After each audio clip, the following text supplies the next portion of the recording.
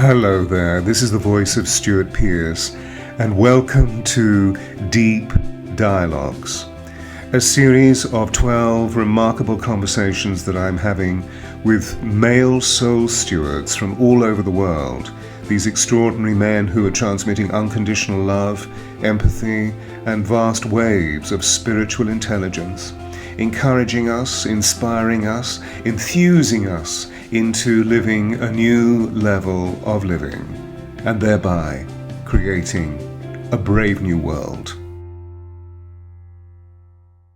Hey, Celine, how wonderful. We're just getting all of our technical apparatus aligned, and then we'll be joining you. So, and Agnieszka is here as well. Welcome, welcome, welcome, welcome. Lisa, welcome, welcome, welcome. A good evening to the Europeans, and of course, good afternoon. Sophie, how lovely to see you. Larry, where are you? Are you on the West Coast? I'm on the West Coast in Encinitas, California. Oh, wow, my favorite. I'm at a friend's house here while we're still looking for a place. Many blessings to Encinitas. Yes. I've spent so, hello Laura, I've spent so much time in the wonderful gardens of the Self-Realization Fellowship. Yes. Just astonishing. Yes. Beautiful, beautiful. So we're live, Larry. I feel without holding anybody up, I think we can go straight into it. Great. If I may, I'd love to welcome you officially by mentioning who you are. Hello, Samantha. Who you are to our wonderful people gathered here this evening, and also in the afternoon with you, and in the mid-afternoon on the Eastern Seaboard. And then, of course, this will go down into the recording for posterity. So, ladies and gentlemen, I'm introducing you to Dr. Larry Ward. The assassination of Dr. Martin Luther King changed Larry's life, and he joined the staff of the Ecumenical Institute of Cultural Affairs. This was in 1969. Over the next 25 years, he lived and worked in over 20 countries, becoming an ordained minister in 1972. And Larry also taught clergy theological wisdom, created a management consultancy providing Fortune 500 companies, facilitating diversity education, organizational change, and executive coaching. And he's lived in both cities and villages throughout the world, serving local community renewal projects. And then Larry's introduction to Buddhism in Calcutta during 1977 allowed him to meet the wonderful Bodhisattva Thich Nhat Hanh. This was in 1991. And his practice became centered around the life and service of this particular form of Buddhism. He was ordained as a lay minister in Plum Village tradition in 1994 and became a Dharma teacher in the year 2000. He has lived within spiritual community and has assisted Thich Nhat Hanh on peacemaking missions throughout the world. Larry currently serves the Executive Mind Leadership Institute at the Peter F. Drucker School of Management and is a board member of the American School of Bangkok, having a PhD in religious studies emphasizing Buddhism. His work focuses on the intersection between mindfulness and neuroscience, and his latest extraordinary piece of writing is America's Racial Karma. And this is what it looks like. And I say to you all, please acquire a copy and devour the information. It's an amazing, you can see how I dog-eared so many of the pages because of the extraordinary references that Larry provides. Larry, this has been in the most extraordinary life. Yes, it has. It's a miracle. Which of course a long way from Cleveland, Ohio, where I grew up, but and also not far. Indeed, indeed. And, in reading this extraordinary book of yours, hearing the word race to pour straight into the real context of our dialogue, it must send shivers through your spine when you think about all of the horrendous experiences that you personally have had, or indeed have heard from, let me just see if I can get rid of this, heard from the people that you've borne witness to. What really stimulates you into the wonderful field of compassion that you've developed over the years, bearing in mind the horrendous atrocities that you've become witness to? I attribute my orientation toward compassion as a gift from my mother and father, who adopted me when I was 8 months old. And so for me, compassion is about, in part, the capacity to love a stranger. And I consider my life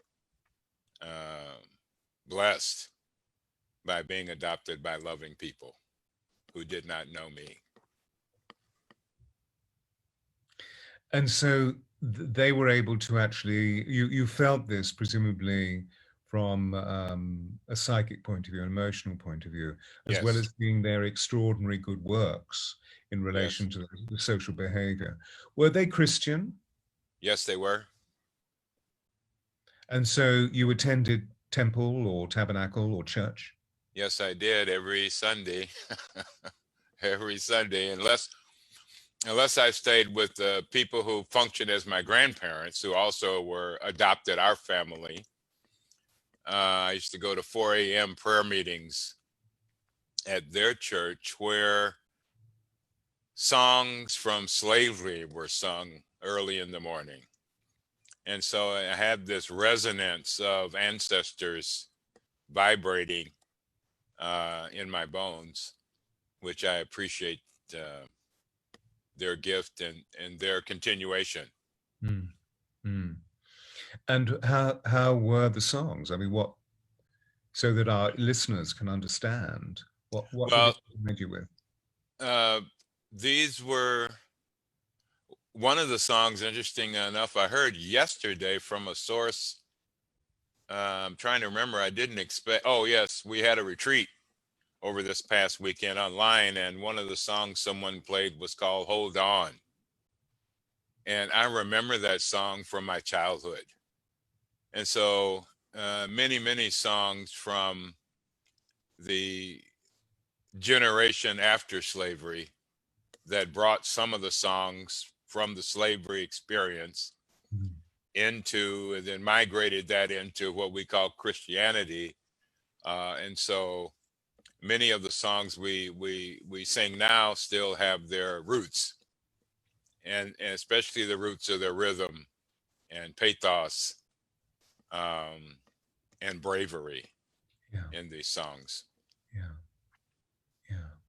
So there's a form of oral tradition that is Yes. kept alive, so that Correct. the memory of the ancestors is really rejuvenated or resurrected continuously. And Yes. is there a form of expiation or exorcism sought by the singing of those songs? I think the way I describe that from a neuroscientific view, once I really began to study trauma and the nervous system and the body, I really had a different view, a new understanding of why my mother behaved with her body the way she did at church. That she was, when she shouted, as we called it, she was releasing trauma.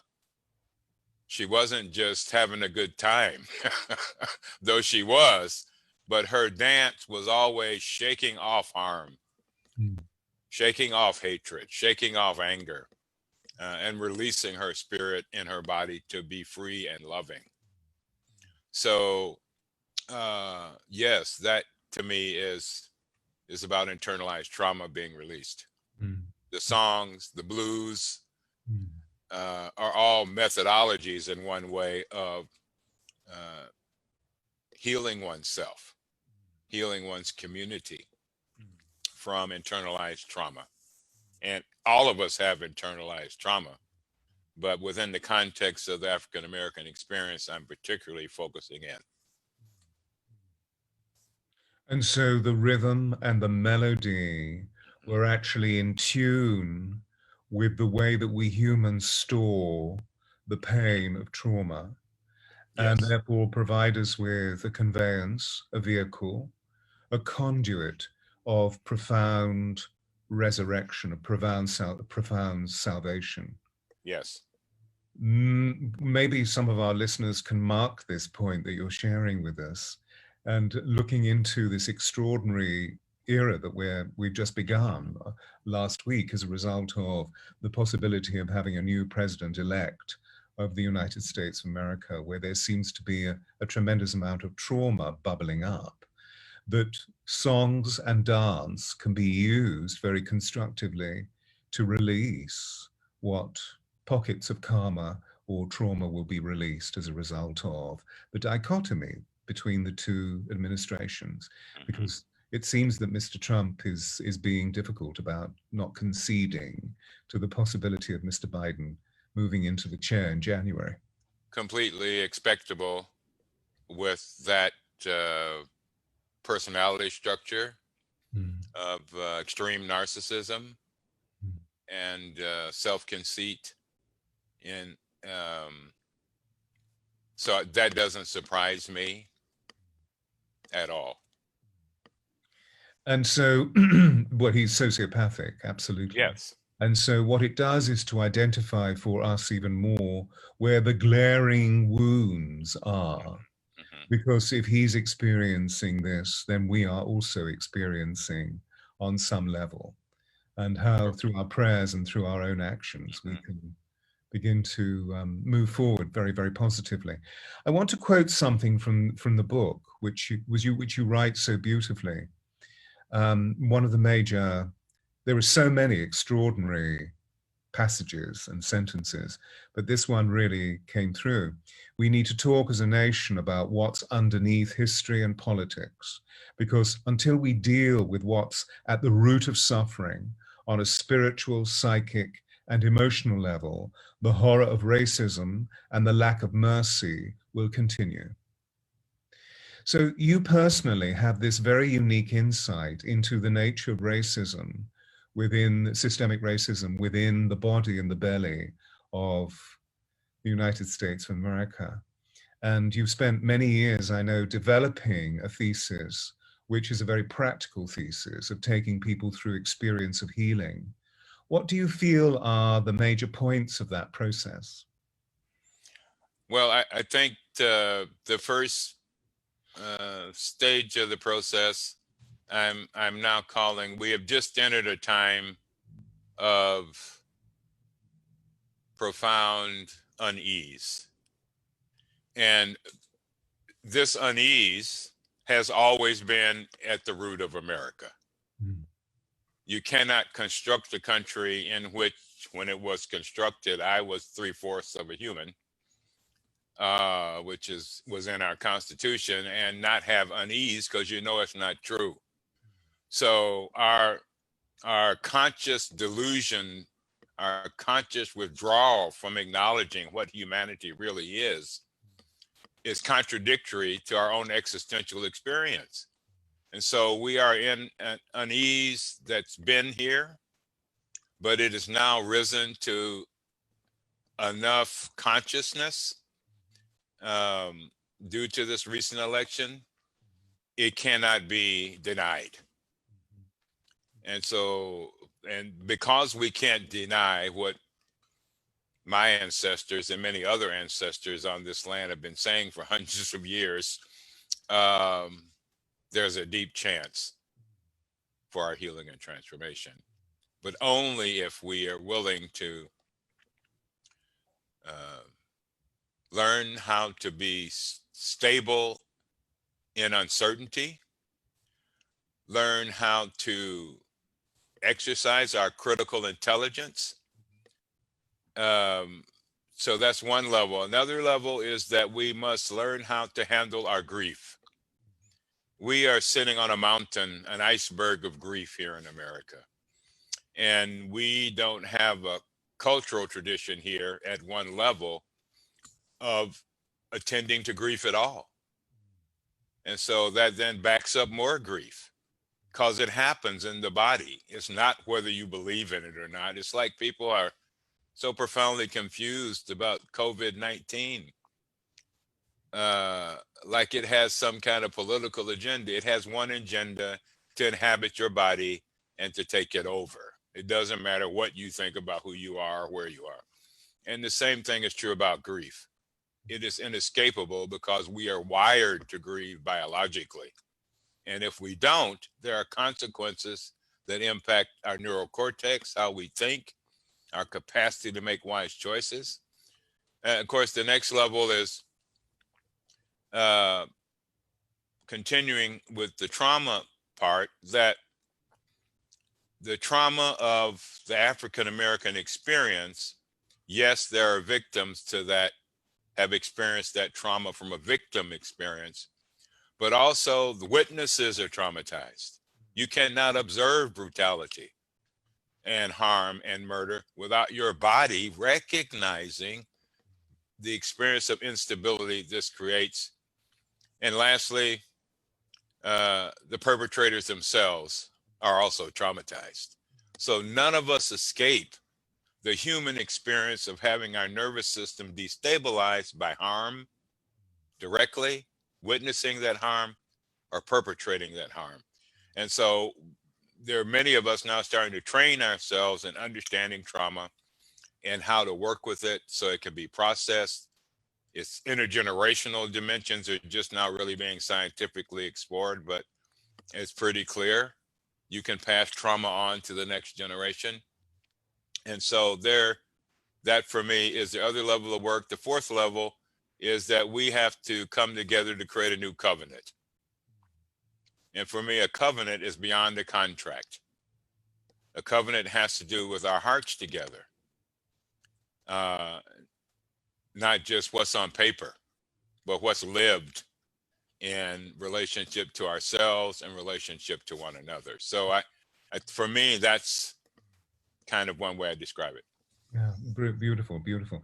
And there are two essential points that come to me as you share on this level.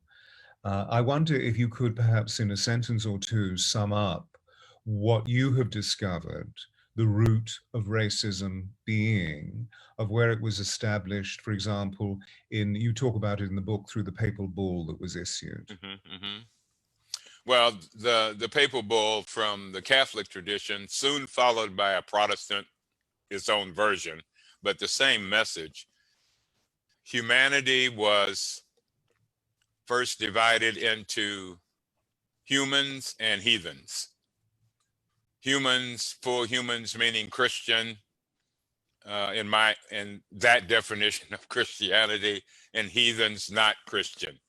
And then that morphed through people who did research in biology and flora and fauna, and decided that we also were like flora and fauna.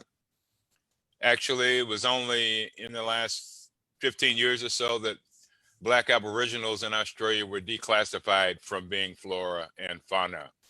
And so this whole misunderstanding, conscious and unconscious, and perpetrated the justification for the colonial empire's motivations. And, there's still people who, so that's that level of it. The other level of it, and from a Buddhist perspective, is a self-esteem complex. And this desire somewhere in our psyches, humans are interested in status as normal, but the idea that there's a superior group of humans and an inferior group of humans. And so I elevate myself. And so I feel good about who I am. But if anybody tells me I'm not as superior as I think, I have a crisis. And that's what's happening. It's being revealed.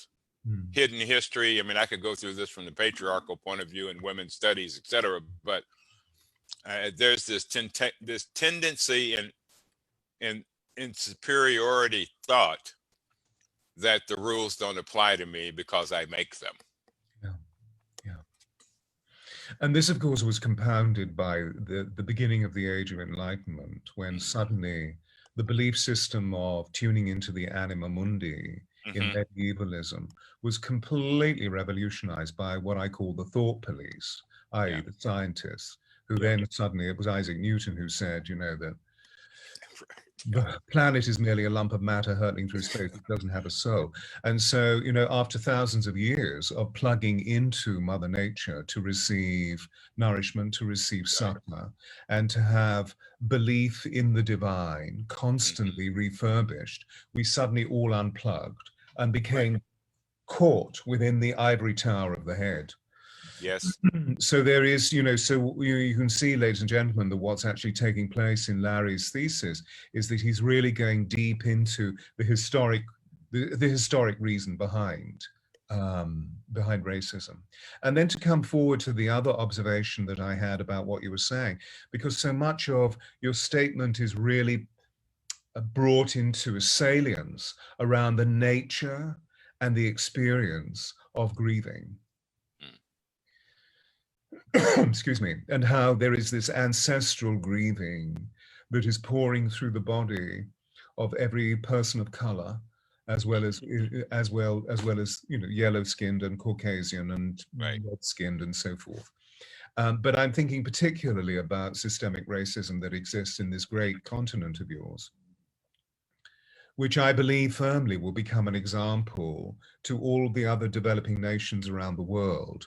From an esoteric point of view, it will be the gateway to the golden age. Hmm. But this dawning of Aquarius, that actually astrologically speaking is very configured at this time, is also coincidentally linked with the presidential election, as are a number of other really powerful astrological effects. When we go through November to November the 13th, much of the cataclysmic, conflicting astrology that has been with us since January is Yeah. suddenly going to elevate.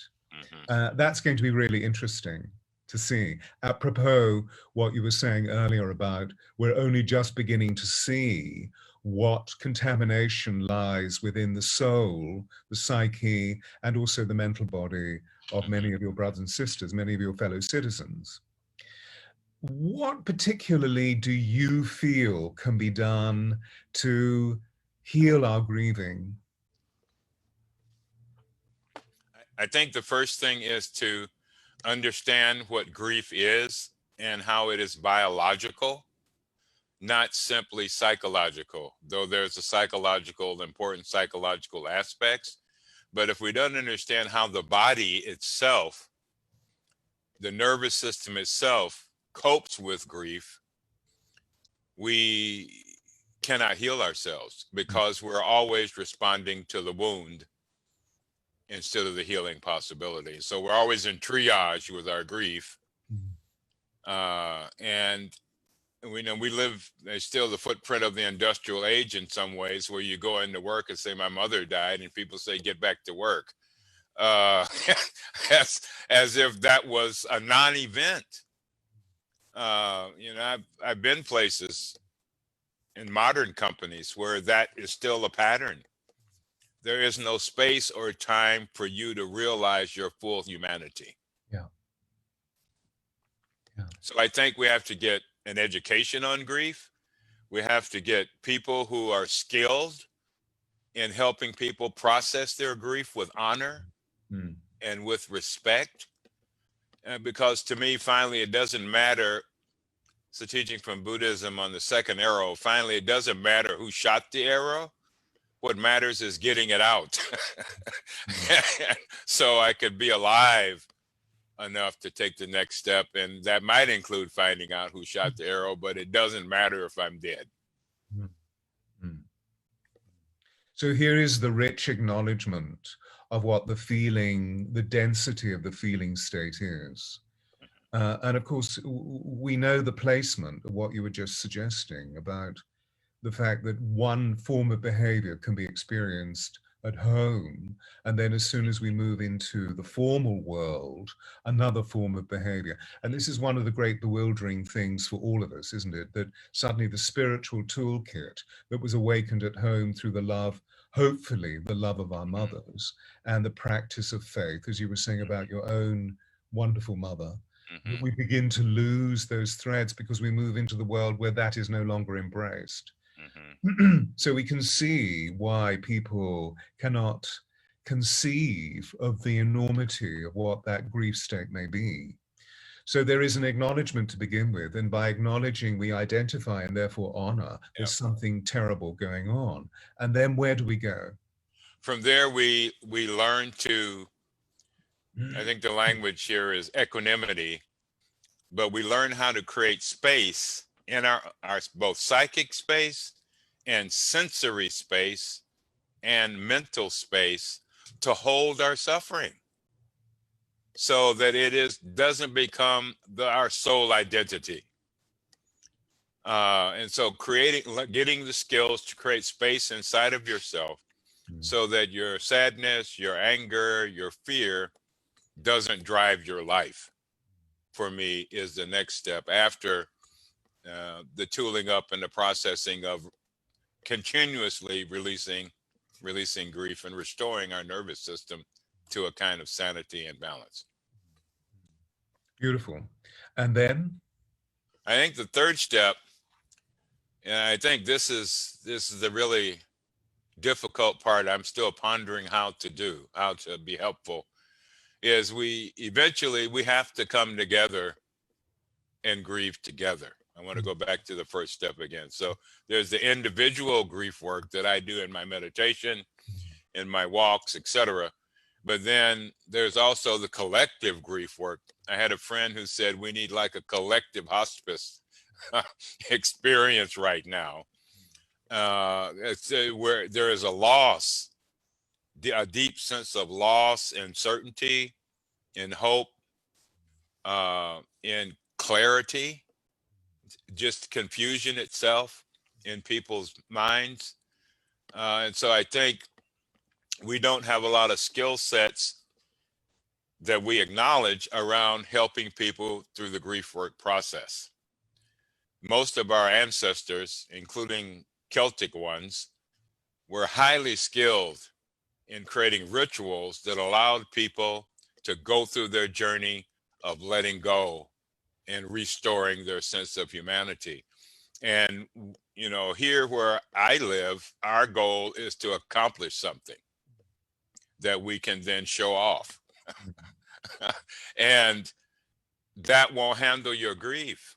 And I'm not saying accomplishment's not wonderful, but our situation requires that we have to figure out how to come together, which I think has to be in small groups, or that you can't manage the energy. You can't create a safe enough space. And so the foundation of us being able to come together is developing a group of people who can create safety, which is the foundation of healing grief, where small groups of us who are quote unquote different from one another can come together. My most powerful experience of that was with Thich Nhat Hanh in Plum Village, where I participated in a 21-day retreat with Israelis and Palestinians for 21 days and got to see the journey. And the main thing is, it's possible.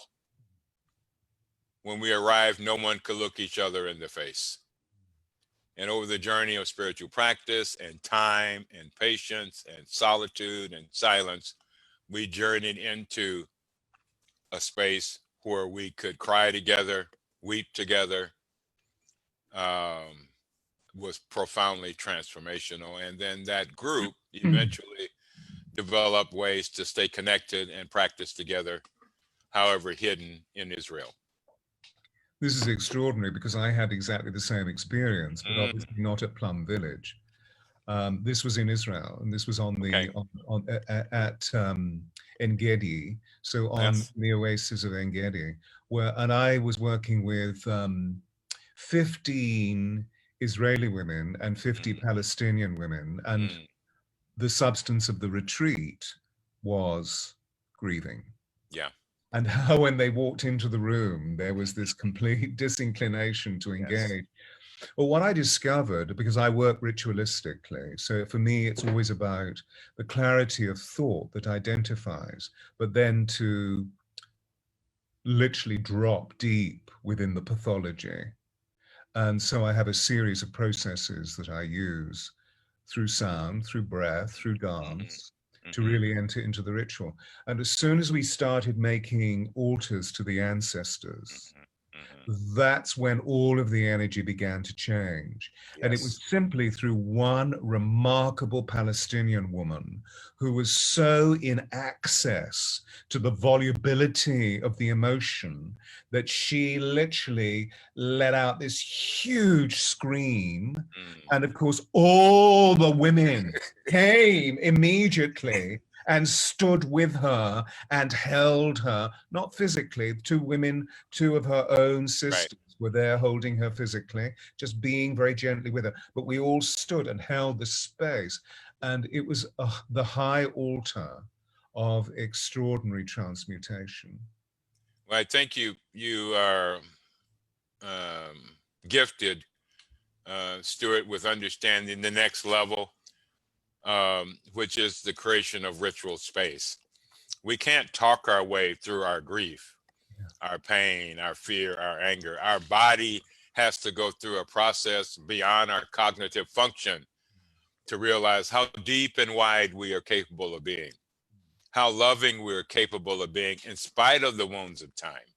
So I want to commend and encourage.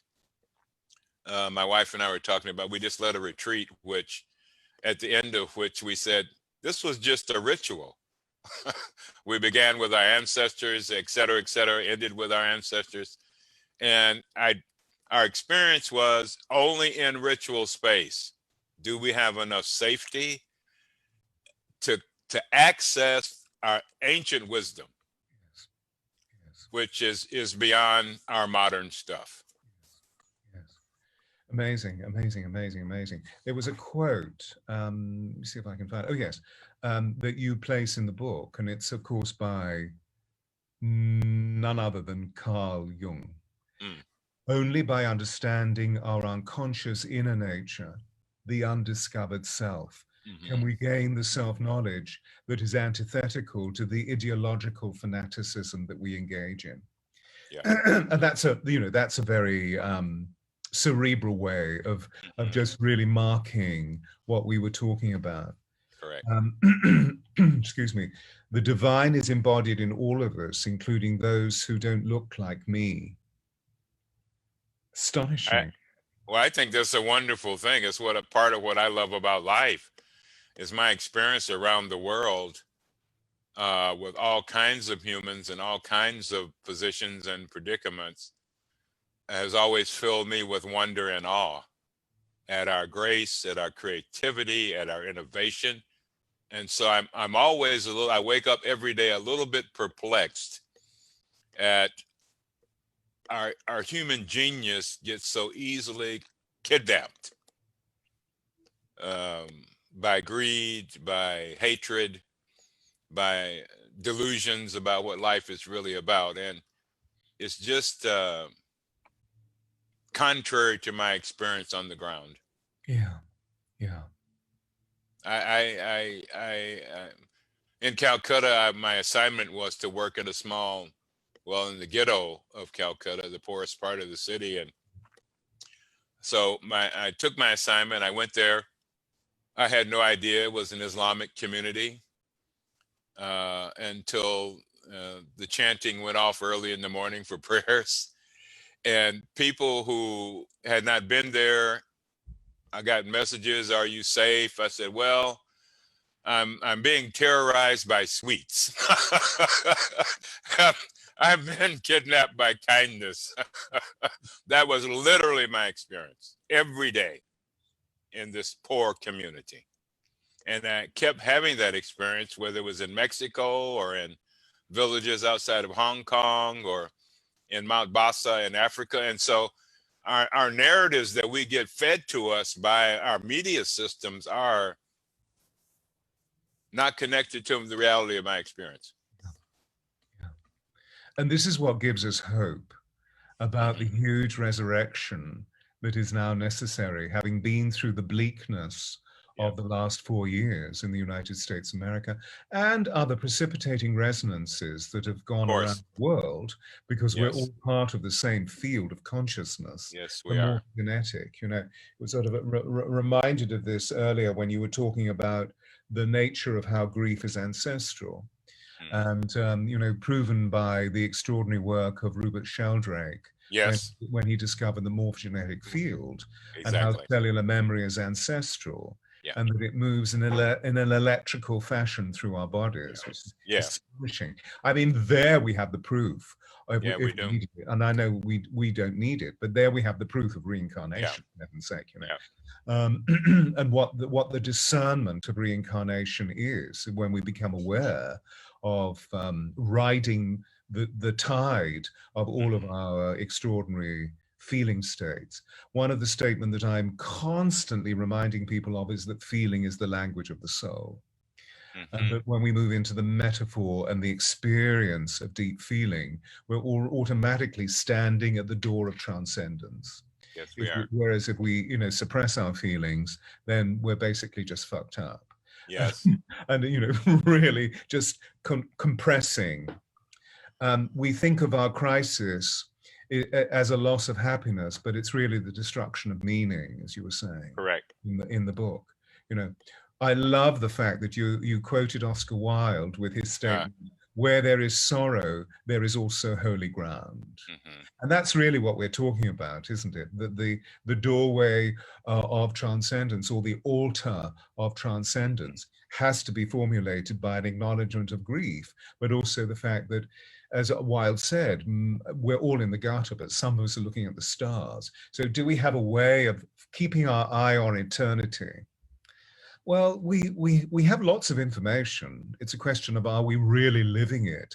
Are we pathologizing? Are we somatizing what this is all about? And so really what you're offering us is that we need to move deeper into meditation. We need to move deeper into ritual, and thereby we need to move deeper into prayer, so that we can actually see our way through the darkness to the light beyond, to the nature of eternity. And I know you personally, at the end of your wonderful book, you give us a series of constructs or exercises that can be used to facilitate this level of pathological opening, so that we begin to feel our cells are nurturing and nourishing, rather than just being containers for past grief or past trauma. Could you perhaps share one or two of those wonderful experiences that you've annotated at the back of the book? Well, one of them is a practice of in trauma resiliency work. It's called resourcing.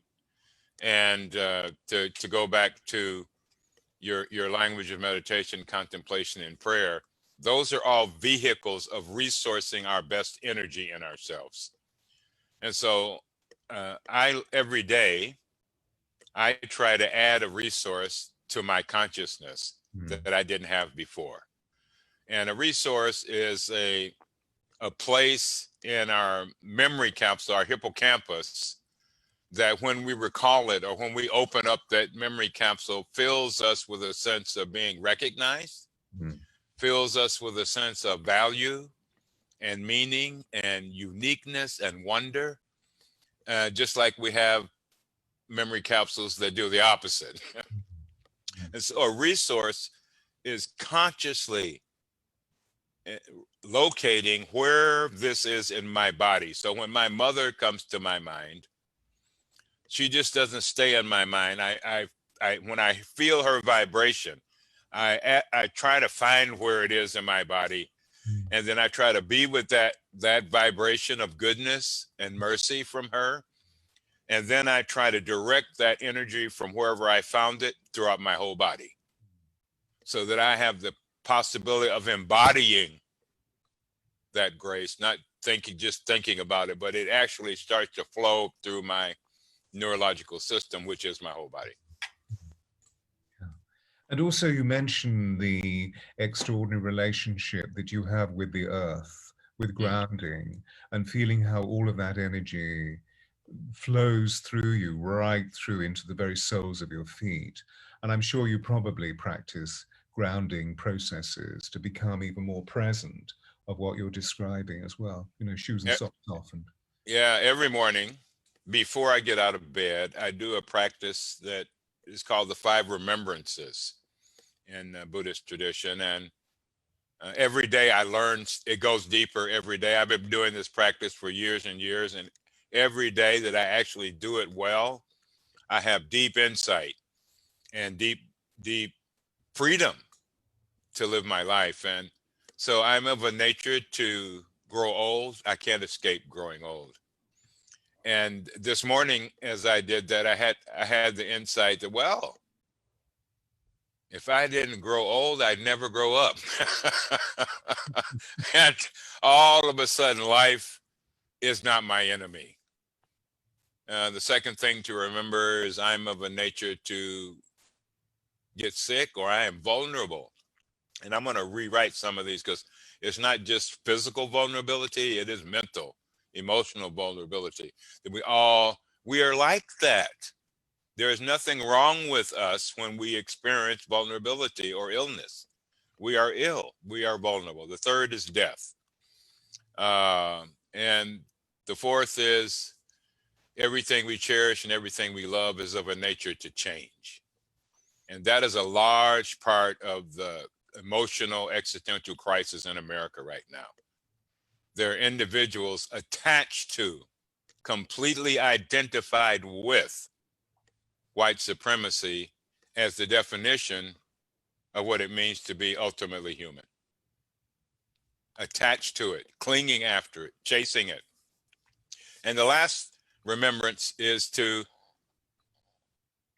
I am the result of my action.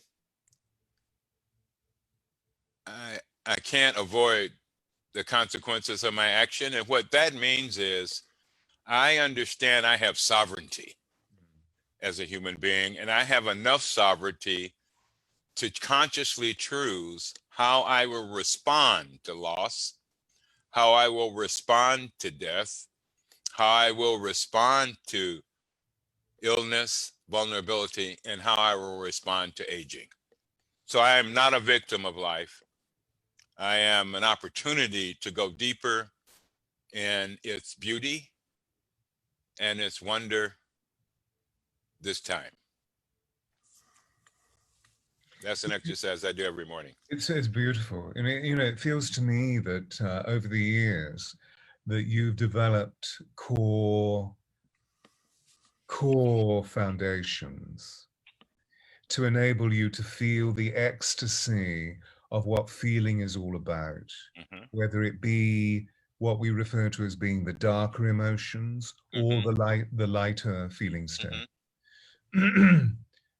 And it feels to me that it's about the way you pinion your life in safety and security, that they're the underlying foundations, that wherever you are, you remind yourself that all is well, that God is with you, the divine is present, and that is living within you, and that all we need to do is feel ourselves to be safe.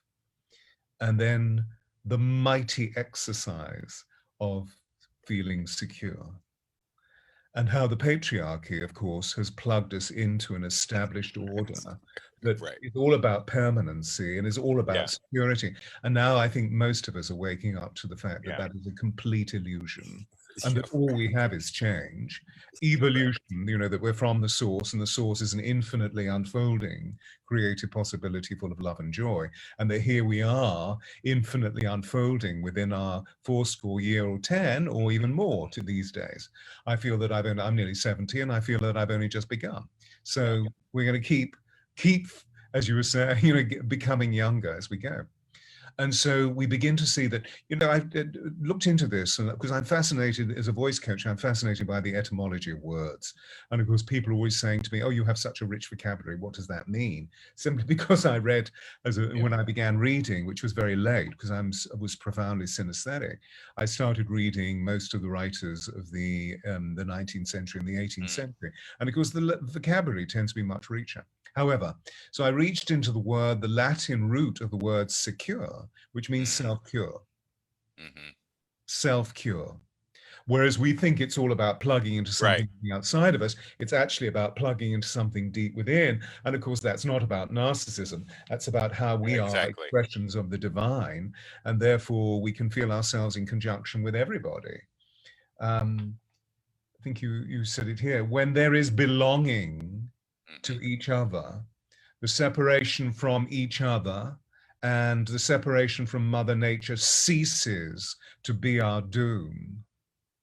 Correct. And that is quote from your book. I think it's wonderful. That is going to become one of my banner headlines. I'm going to be quoting that everywhere. Did you hear that, ladies and gentlemen? That when there is belonging to each other, the separation from each other, and indeed the separation from Mother Nature, ceases to be our doom. You wise man, you.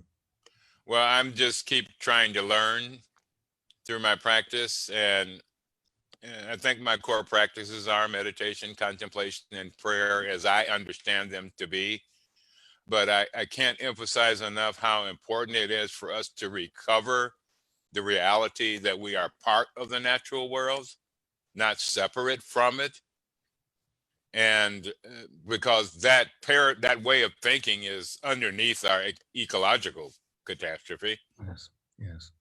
And from a practice point of view, I also every day spend time after my remembrances practice and silence. I go outside wherever I am and I sit and I listen to the sounds of the world in silence. And what I've discovered, it didn't matter if I was laying up against a tree in Mount Bassa or anywhere else, or in Rome or Florence, that no tree ever rejected me. No river ever said, stop, you can't enter here.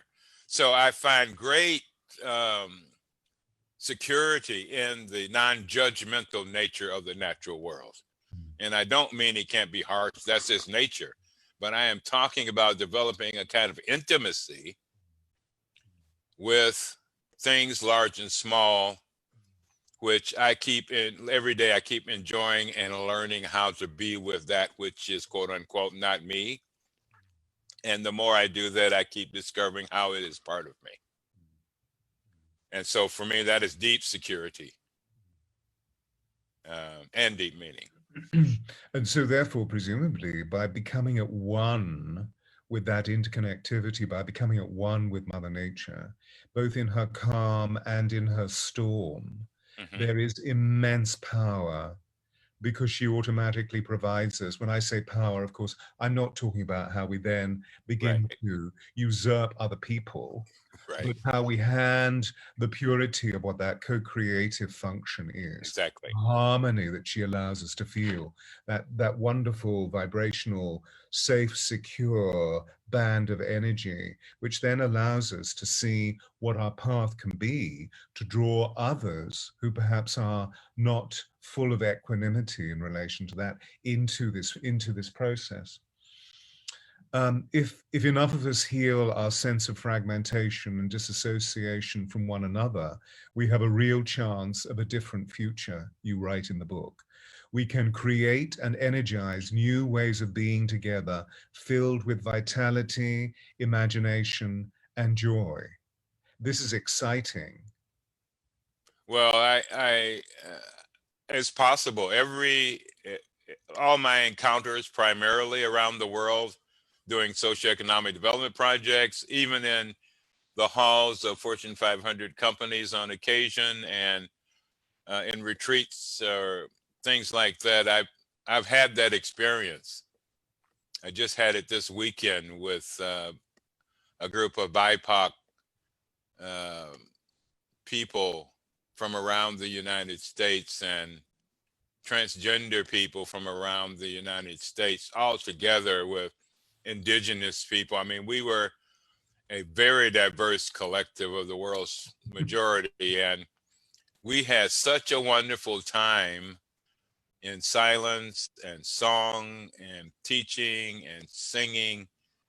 It just brought tears and joy to us all, recentered us in the miracle of our own life. And therefore, why should we not work to create an environment where everyone can experience the miracle of their own life? Beautiful. What wonderful work that you do. I try to. Well, it's, you know, I'm in awe of it. I think it's absolutely wonderful. There's a great parallel through the stories that you and I have shared with what I'm also trying to do. But it's I'm still in awe of what you're suggesting. Now, I'm just going to, our time is ticking on, and Right. wow, where does the time go? And so I just want to turn to the dear ones and see. I know they're going to have lots of questions. Okay. There is one wonderful question from Lisa, which is, do you believe that there will be a time when racism does not exist at all? Well, my first response is I work very hard not to believe in things, because I have seen where that can like go wrong. I mean, in the abstract, top-down sense of belief. Okay, what do you mean by that? What I mean is belief often turns into ideology and we get trapped. And do I have confidence that in the future, what we mean now, partially it means what you mean by racism. If you mean individual prejudice towards others, that's an individual, natural human reaction to difference. Whether that becomes institutionalized for me is an entirely different question. So if we're talking about racism as an institution, no, it's on the way out. I have confidence in that. That's fascinating. You know, I mean, I don't want to quibble with you over semantics, but for me, belief, faith, and trust are the three concomitants of love. That if we love, we believe. But you're talking about the distortions of the way that belief, from an ideological point of view, this is a mental preserve, right? But nothing to do with the pathology of the way that we believe in credence, and how while credence is always aligned with reverence.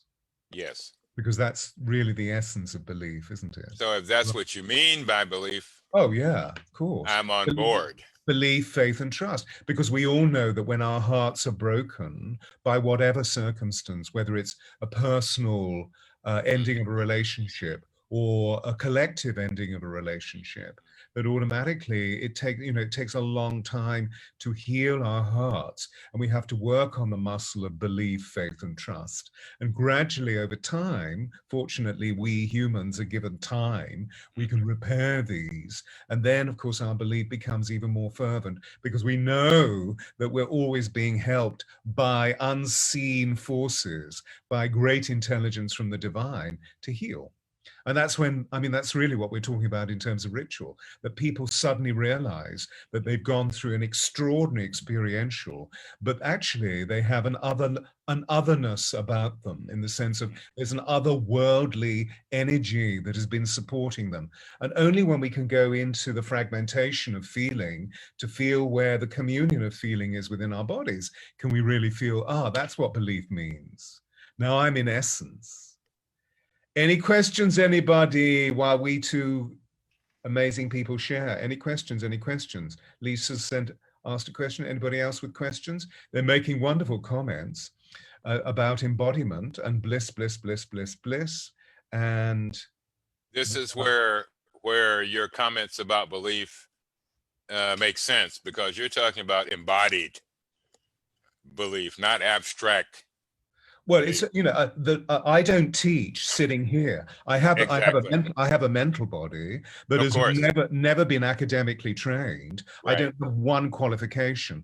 But what I've done all my life is to ask the question why, and then the answers come. But I learned early on that where I needed to go was, it's very, very difficult to find masters who are totally true.